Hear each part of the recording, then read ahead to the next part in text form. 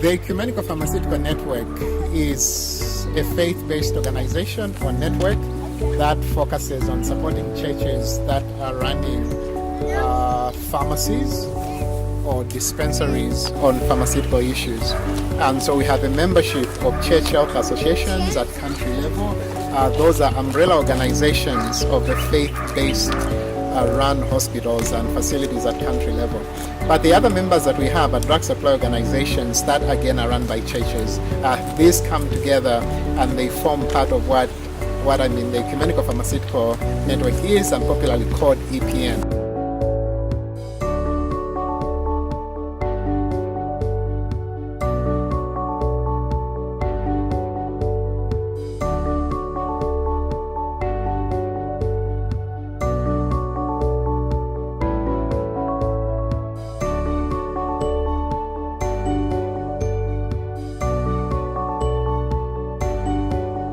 So REACT is an international network dedicated to the issue of antibiotic resistance, and we have nodes or offices in 5 continents. And we work both on the highest policy level but also on the ground. So we try to do both bottom-up work and top-down work. And we work on gathering and translating evidence from science into policy. We work on strategic policy issues that concern antibiotic resistance, and we work with education, empowerment and network extension to actually get more people, more organizations involved in this important issue. The reason that animals are an important component of antimicrobial resistance is that primarily a very large proportion of antibiotics are consumed in the livestock sector, and that would indicate that there's a very significant source of antibiotic resistance developing in the livestock sector.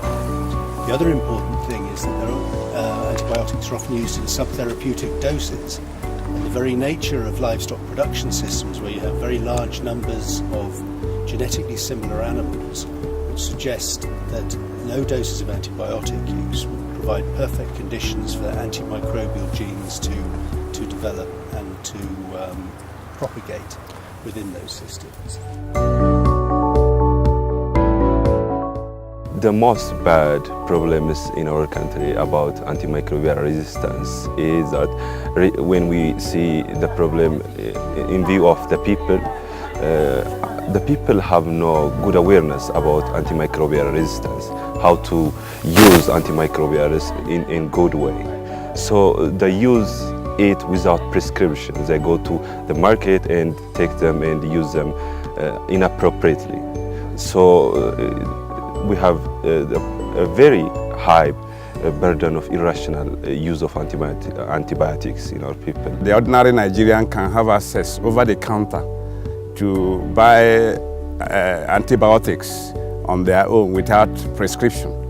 They can actually on their own decide that they are having an infection-related problem, like a common cold, and they go over to any of the outlets and buy antibiotics. We find very scary things. We've followed up on a number of research activities, both in animals and humans, trying to find out the extent of antimicrobial resistance in humans and antimicrobial resistance in animals. We find almost similar patterns of resistance. And this, what we find is that there is very high resistance to most of the commonly used antibiotics. So the major challenges we are facing in Kenya on antimicrobial resistance is the issue of understanding, both for the public and also for the health workers. The antimicrobial resistance issue is not like a disease that you really can point out, because it runs through across of a number of infections: HIV, TB, malaria, and other bacteria-caused infections. Therefore, the mechanisms and how the antimicrobial resistance occurs is still not very clear to everyone, and so people don't know how to intervene in solving the problem itself. Antibacterial resistance patterns, we generate this data from clinical microbiology laboratories. Unfortunately, We do not have many clinical labs in the country, in the region, in fact, which are doing this work, because microbiology culture sensitivity tests are expensive. The government has not invested in this particular capacity for the laboratory. So most of the labs, we can say private sector labs, have invested because the patients pay for the test. So private labs are able to generate their own sensitivity patterns from their hospital patients. I'm going to talk about prevention of infections in healthcare facilities. And this is something I think a lot of people are unaware of.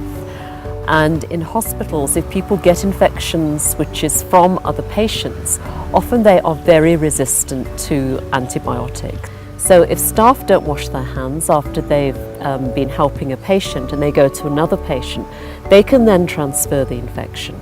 They won't get sick themselves, but the patient may get sick.